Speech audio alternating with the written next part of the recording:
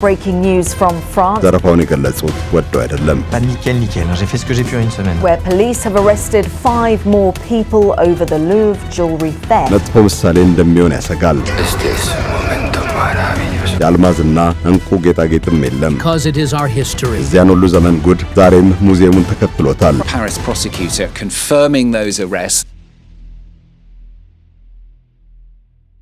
የሉቭረ ሙዚየም አስደናቂ ዘረፋ።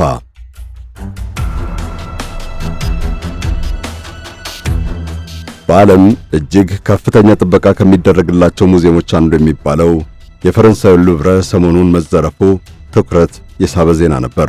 በዓለም ታሪክ ታይቶ በማይታወቅ ሁኔታ ፈጣን በተባለ 4 ደቂቃ ውስጥ መዘረፉ ደግሞ አስገርሟል። ሙዚየሙ በሰው ጢም ባለበትና በቱሪስቶች በተጨናነቀበት ሰዓት መዘረፉም የበለጠ ግርምት ፈጥሯል። ከሙዚየሙ የተዘረፉት 8 ቅርሳ ቅርስ $100 ሚሊዮን ወይም 88 ሚሊዮን ዩሮ እንደሚያወጡ ተገምቷል። በገንዘብ ረገድ ዘረፋው በፈረንሳይ ላይ አደረሰ ተብሎ የተገመተው ኪሳራ ቀላል ሊሆን ይችላል። $100 ሚሊዮን የሚያወጣ ዕቃ መሰረቅ ለሀብታሟ ፈረንሳይም ሆነ ለታላቁ ሉቭረ ሙዚየም ተራ ጉዳይ ነው። ዕቃዎቹ ካላቸው የቅርስነትና የታሪክ ፋይዳ አንጻር ከታየ ግን ዘረፋው በቀላሉ የማይገመትና በገንዘብ የማይተመን ኪሳራ ነው። An attack on a heritage that we cherish because it is our history. ፕሬዝዳንት ኢማኑኤል ማክሮን ፈረንሳይ ታላቅ ቦታ በምትሰጠው የቅርስና የታሪክ ጥበቃ ዘርፍ ላይ የተፈጸመ ከባድ ጥፋት ሲሉ ዘረፋውን የገለጹት ወደው አይደለም። የቀኝ ዘመም ፖለቲከኛዋ ማሪ ለፔን በበኩላቸው የፈረንሳይን ልብና እስትንፋስ ያደማ ድርጊት ሲሉ ኮንነውታል። በ4 ደቂቃ ውስጥ መፈጸሙ ስለ ፈረንሳይ ብዙ ነገር እንዲባል ጋብዟል። T'es surpassé, Benjamin. C'est pas nickel, j'ai fait ce que j'ai pu en une semaine. ፈረንሳይ በቅርብ ዓመታትና ወራት እየገጠማት ያለውን የፖለቲካ ቀውስ አስታከው እየተዳከመች መምጣቷን እንደሚያሳይ የጠቀሱ አሉ። ፈረንሳይ የማትፈራ ከኃያልነት ማማም የወረደችና ሌቦች ጭምር የሚጫወቱባት እንደሆነች ተነግሯል። የሉቭረ ሙዚየም በሌቦች መደፈር እንደ አውሮፓውያን አቆጣጠር በ2019 በፓሪሱ የእመቤታችን ካቴድራል ላይ ከደረሰው ቃጠሎ ጋር ተነጻጽሮ እየተነሳ አገሪቱ ለውድ የቅርስ ሀብቷ ጥበቃ ማድረግ እያቃታት ነው በሚል ተተችታለች። የሉቭረን ሙዚየም ዘረፋ አስታከው አንዳንዶች የፈረንሳይን ድክመት ለማጉላትና ለማሾፍ ተበረታተዋል። ነገር ግን ይህ ጉዳይ በሁሉም አገርና ደጅ ሊከሰት እንደሚችል ያሳሰቡት በርካታ ናቸው።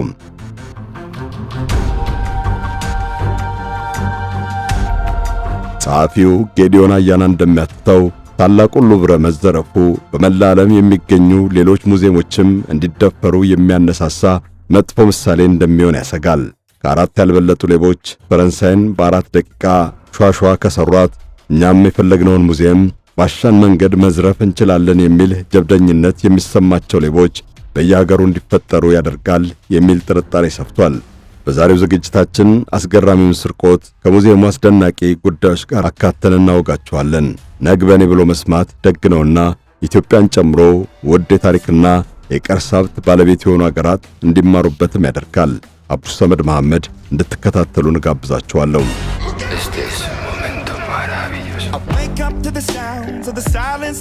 አንዳንድ መረጃዎች ሉቭረ 15 ሄክታር በሚሰፋ ቦታ ላይ መገንባቱን ይናገራሉ። ሌሎች ደግሞ ከ10 የእግር ኳስ መጫወቻ ሜዳዎች እንደሚተልቅ ይተነትናሉ። የፈረንሳይ መኩሪያ የፓሪስ ጌጥ ከሚባሉ ስፍራዎች አንዱ የሆነው ሉቭረ የሲየንን ወንዝ ተጎራብቶ በተንጣለለ ሰፊ መሬት ላይ ነው ያረፈው። ፈረንሳይ በኤፍል ማማ ብቻ ሳይሆን በሉቭረ ሙዚየም አስደናቂነትም በመላ ዓለም ስሟ ገኗል። በዚህ ሙዚየም ውስጥ የፈረንሳይ ጥንታዊ ቅርሶችና የሥነ ጥበብ ሀብት ብቻ አይደለም የተከማቸው፣ የመላ ዓለምን ታሪክ የሚዘክሩ ቅርሳ ቅርስም ይገኛሉ። 4ቱ ሌቦች ለአደጋ መከላከያ ለጥገናና ለዕቃ መጫኛ የሚያገለግል ክሬን ወይም መወጣጫ መሰላል የተገጠመለት ተሽከርካሪ ይዘው ወደ ሙዚየሙ የደቡብ ምስራቅ በር አካባቢ ግንብ ሲያስጠጉ ማንም አልጠረጠራቸውም።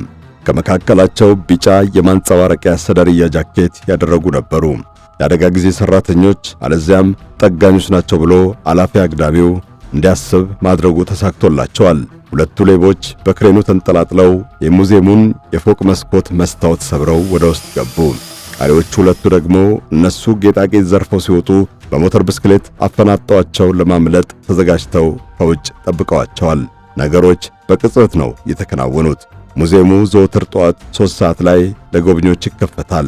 ሌቦቹ በክሬን ተንጠላጥለው ወደ ሙዚየሙ የገቡት ደግሞ ከ34 ደቂቃ በኋላ ነበር። በ4 ደቂቃ ሁሉንም ነገር ከውነው የ100 ሚሊዮን ዶላር ቅርስ ከሙዚየሙ ዘርፈው በሞተር ብስክሌት ለመሰወር ቅጽበት በቅቷቸዋል። የተዘረፈው የ16ኛው ክፍለ ዘመን ቅርስ ነው። ንጉሥ ቀዳማዊ ፍራንሷ የመንግሥት ሀብት ያደረገው ንብረትም ይገኛል። 2 ዘውዶችም ተወስደዋል። ንጉሥ ናፖሊዮን ሳልሳይ በ1853 ለልዕልት ዩጂኒ ያበረከተላት የጥሎሽ ዘውድም አልቀረም። ዘውዱ በ200 ዕንቁና በ2000 አልማዝ የተጌጠ ነው። በአልማዝና በከበረ ድንጋይ የተዋበ የፀጉር ጌጥ፣ የአንገት ሐብልና የጆሮ ጉትቻም ተወስዷል። ናፖሊዮን ቦናፓርት ለሁለተኛ ሚስቱ የኦስትሪያዋ ልዕልት ማሪ ሉዊ የሰጣት የአልማዝና ዕንቁ ጌጣጌጥም የለም።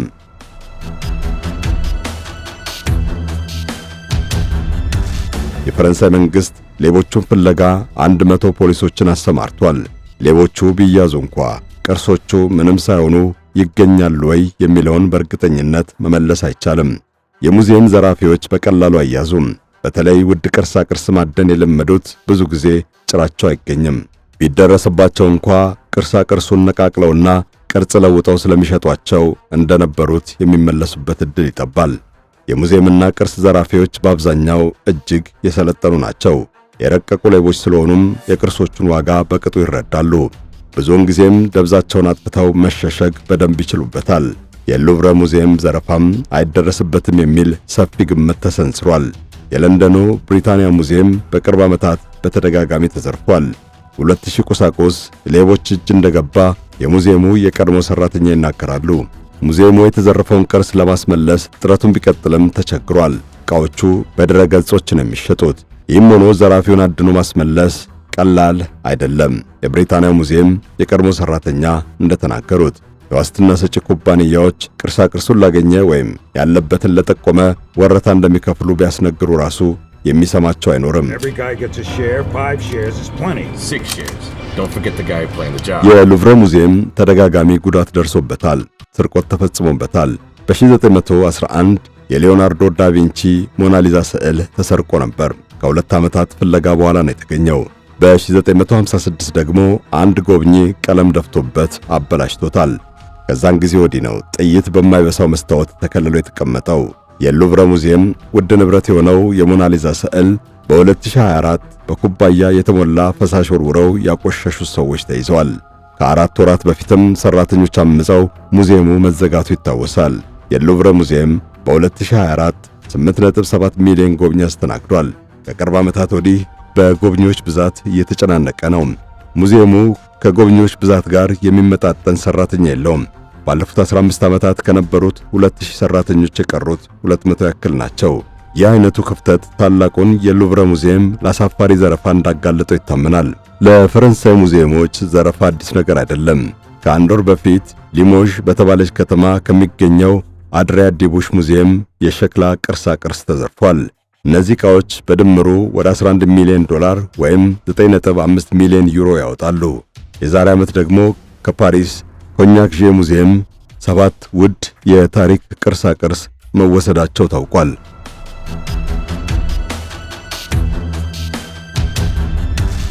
ከሰባቱ 5ቱ ከቀናት በኋላ ተገኙ ቢባልም ድርጊቱ ብዙ አነጋግሯል። በዛው ሰሞን ደግሞ በበርገንዲ ከተማ ሂሮን ሙዚየም መሳሪያ የታጠቁ ሰዎች የ20ኛው ክፍለ ዘመን የሥነ ጥበብ ሥራዎችን መውሰዳቸው ተሰምቷል። የፈረንሳይ መንግሥት እንዲህ በተደጋጋሚ ሙዚየሞቹ ሲደፈሩ ዘላቂ መፍትሄ ለመስጠት በቂ ጥረት አለማድረጉ ለሉቭረ ዘረፋ ምክንያት ነው ተብሏል። በ1911 አንድ ጣሊያናዊ የሙዚየሙ ሠራተኛ የሞናሊዛን ስዕል በጃኬት ውስጥ ደብቆ ማውጣቱ ይነገራል። ሰውየው የሊዮናርዶን ጣሊያናዊነት ስላወቀ የሀገሩን ንብረት ፈረንሳይ ለምን ትጠቀምበታለች በሚል ቁጭት ነበር የተነሳሳው። ስዕሉ ከ2 ዓመት በኋላ ነው ተገኝቶ የተመለሰው። ነገር ግን ከሙዚየም የሚሰረቁ ቅርሳ ቅርስ በቀላሉ እንደማይገኙ በቅርብ ጊዜ በተደጋጋሚ ታይቷል። በ1998 ከራሱ ከሉቭረ ሙዚየም የተዘረፈው የ19ኛው ክፍለ ዘመን የካሚኮሮ ስዕል እስከ ዛሬም ድረስ ደብዛው ጠፍቷል። Burglary exposed security lapses at the world's most visited museum. ሉቭረ ዛሬ ላይ የዓለማችን ግዙፍ ሙዚየም ነው። በአጠቃላይ ወደ 380 ሺህ ቅርሳ ቅርስ እንዳከማቸ ይነገራል። 35000 የሥነ ጥበብ ሥራዎችንም ሰብስቧል። የሉቭረን ሙዚየም ስብስብ እያንዳንዱን ለ30 ሰከንድ እየተመለከቱ ሁሉንም ለመጨረስ 100 ቀናት ይፈጃል። ሙዚየሙ ለፈረንሳይ ከፍተኛ ገንዘብ ያስገኛል። እያንዳንዱ ጎብኚ 17 ዩሮ የሚያወጣ ደረሰኝ መቁረጥ ይጠበቅበታል። የሙዚየሙ ድምሩ ዓመታዊ ገቢ $1 ቢሊዮን ይደርሳል። በየጊዜው ራሱን እያሳደገና እያሰፋም መጥቷል። በቅርቡ አቡዳቢ ውስጥ ቅርንጫፍ ከፍቷል። አረቦቹ የሉቭረን ሙዚየም ታላቅ ዝና ስለተረዱ ለስሙ ብዙ ገንዘብ ለመክፈል ተስማምተው ነው ዳቢ የሥነ ጥበብ ማዕከልን ያስገነቡት። ሉቭረን በ2024 ከ8 ሚሊዮን በላይ ሰዎች ናቸው የጎበኙት። በ2023 በየዕለቱ የሚጎበኙት ሰዎች ቁጥር ከ30 ሺህ እንዳይበልጥ ክልከላ ተጣለ። ይህ ቁጥር ግን ሙዚየሙ ካሉት ጥቂት ሰራተኞች አንጻር ለቁጥጥር አይመችም። የሉቭረ ሙዚየም ሕንፃው ብቻ ከ10 ቢሊዮን ዶላር በላይ እንደሚያወጣ ይገምታል። በውስጡ የሚገኙት ቅርሳ ቅርስና ስዕላት 35.5 ቢሊዮን ዶላር ዋጋ አላቸው። በድምሩ የሉቭረ ሀብት 45 ቢሊዮን ዶላር ይደርሳል። በዓመት 10 ሚሊዮን ዶላር የሚከፈለው ሰው ከዚህ ሀብት ጋር ለመስተካከል ለ4550 ዓመታት ሳይበላ ሳይጠጣ መቆጠብ ሊኖርበት ነው። በየዕለቱ በትንሹ 15000 ሰዎች ይጎበኙታል። የ2018 ጎብኚዎቹ ከ10 ሚሊዮን ይበልጣሉ። የሮማ ካቶሊካዊት ቤተክርስቲያን መንበረ ፓትርያርክ መቀመጫዋ ቫቲካን ውስጥ የሚገኘው ሙዚየም በዛን ዓመት ያስተናገደው ጎብኚ ከሉቭረ ጋር አይደራረስም። ሉቭረ የዓለማችን ታላቁ ሙዚየም ነው የሚባለው ያለ ምክንያት አይደለም። በኪነ ሕንፃው ብቻ ሳይሆን ባከማቸው ሀብት ብዛትና ዋጋ እንዲሁም ከመላ ዓለም በሚጎርፍለት ጎብኚ ቁጥር ነው ትልቅነቱን ያስመሰከረው። ሆኖም የፈረንሳይ መንግሥት የሚያደርግለት ጥበቃ ደካማ ነው። ለዚያም ነው ሙዚየሙ እየተደፈረ ያለው። ጎብኚዎች በርክተው የሰራተኞች ቁጥር ማነስ የችግሩ ምክንያት ነው ይባላል።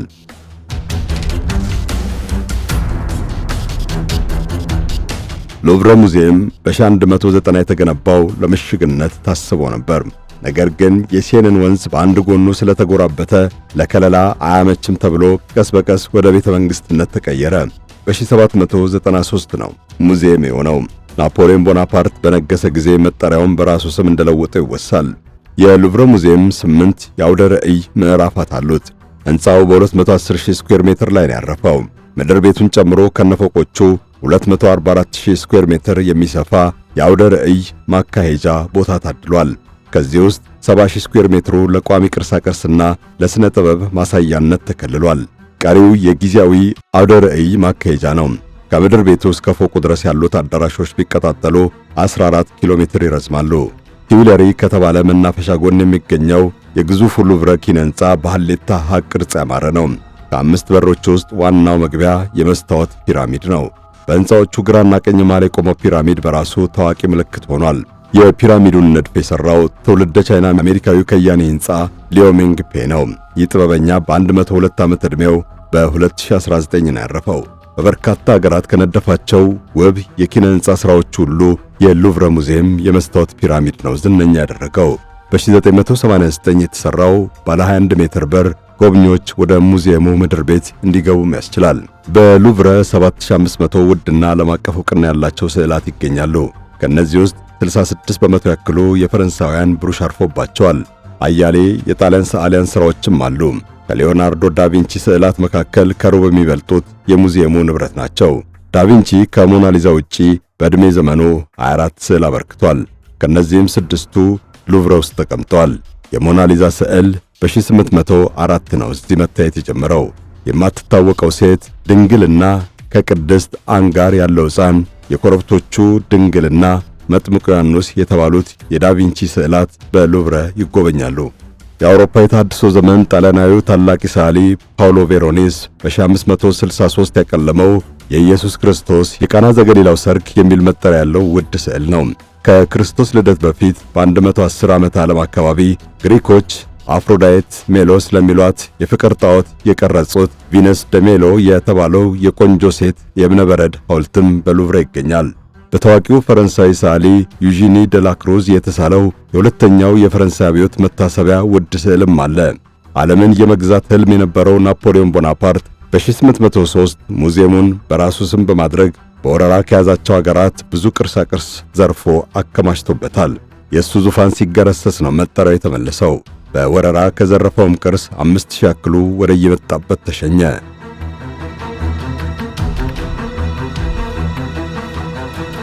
በሁለተኛው የዓለም ጦርነት ወቅት የሉቭረ ሙዚየም ንብረት በጥንቃቄ ከቦታው ተነስቶ በድብቅ ቦታ ተጠብቆ መቆየቱ ይነገራል።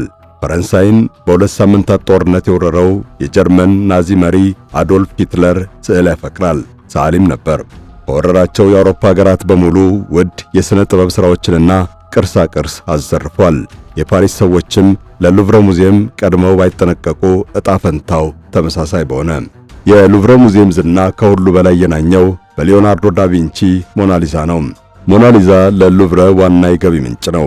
ከሞናሊዛ ጀምሮ እስካሁን የማይረሳ ተደራራቢ የዘረፋ ታሪክ አሳልፏል። ቪንቼንሶ ፔሩጂያ የተባለው የሉቭረ የቀድሞ ሰራተኛ ሞናሊዛን ሰርቆ ጠፍቶ ነበር።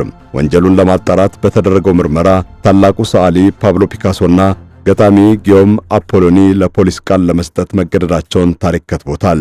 ፔሩጂያ ፍሎረንስ ከተማ የሞናሊዛን ስዕል ሊሸጥ ሲል ተያዘ። ስዕሉም ለሉቭረ ሙዚየም ተመለሰ። በሞናሊዛ ዘረፋ የተነሳ ሙዚየሙ ዝናው ገኖ ጎብኚ እንደበረከተለት ይነገራል። በ1983 ደግሞ ሁለት የ16ኛው ክፍለ ዘመን ጣሊያን ሰራሽ የመዋጊያ ቅርሳ ቅርስ ከሙዚየሙ ተዘርፈው ነበር። ከብዙ ዓመታት በኋላ የደረት መሸፈኛ ብረትና የራስ ቅል መከለያ ቆብ በቦርዶ ከተማ አንድ ጨረታ ለሽያጭ ሲቀርቡ ተገኙ። ይሁንና በ2021 ነበር ለሙዚየሙ የተመለሱት። በ1976 ሦስት ዘራፊዎች የሉቭረን ግንብ ታኮ በተሠራ መወጣጫ ተሸጋግረው የመስኮት መስታወቱን ሰብረው በመግባት በ1824 ንጉሥ ሻርል ዙፋን ሲረከብ የታጠቀውን በአልማዝና ዕንቁ ያጌጠ ጎራዴ ዘረፉ። እስካሁንም አልተደረሰባቸውም፣ ጎራዴውም አልተገኘም። የዚያን ሁሉ ዘመን ጉድ ዛሬም ሙዚየሙን ተከትሎታል። From France, where police have arrested 5 more people over the Louvre jewelry theft. ሰሞኑን በአራት ሌቦች በ4 ደቂቃ መዘረፉ በቀላሉ የሚታይ ጉዳይ አይደለም። ታላቁ ሉቭረ ተዘረፈ መባሉ በራሱ በመላ ዓለም የሚንቀሳቀሱ የቅርስ ሌቦችን የሚያጀገን መጥፎ ራእይ ነው። ዛሬ ላይ ኢትዮጵያ አክሱምን፣ ላሊበላን፣ ነጃሺን ብቻ ሳይሆን በአዲስ አበባና በመላ አገሪቱ ያሉ የቅርስ ማከማቻዎች የምትጠብቅበት መንገድ ቆም ተብሎ እንዲፈተሽ ሉቭረ ጥሩ የማንቂያ ደወል ነው።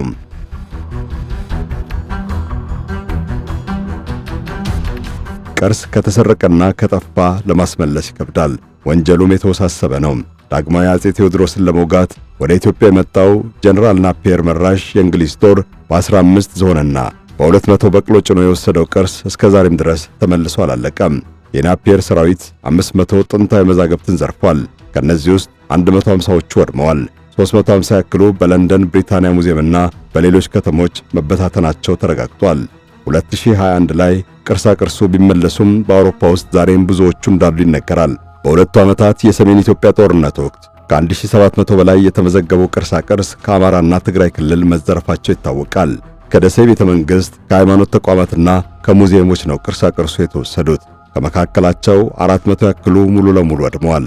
ብዙዎቹ ሳይገኙ ቀርተዋል። ይህም ከባድ ስጋት አሳድሮ ቆይቷል። እንኳን ግጭትና ለመረጋጋት በሰፈነባት ኢትዮጵያ አስተማማኝ ጸጥታና ደህንነት ባለባት ፈረንሳይም ተደጋግሞ የሚታየው የቅርስ ዘረፋ ልዩ ትኩረት ያስፈልገዋል። ከሉቭረ ሙዚየም ዘረፋ በመማር ልዩ ጥበቃና ትኩረት መስጠት ከሁሉም ይጠበቃል። አበቃን። ፈጣሪ አገራችንንና ዓለማችንን ሰላም ያድርግልን። አሜን።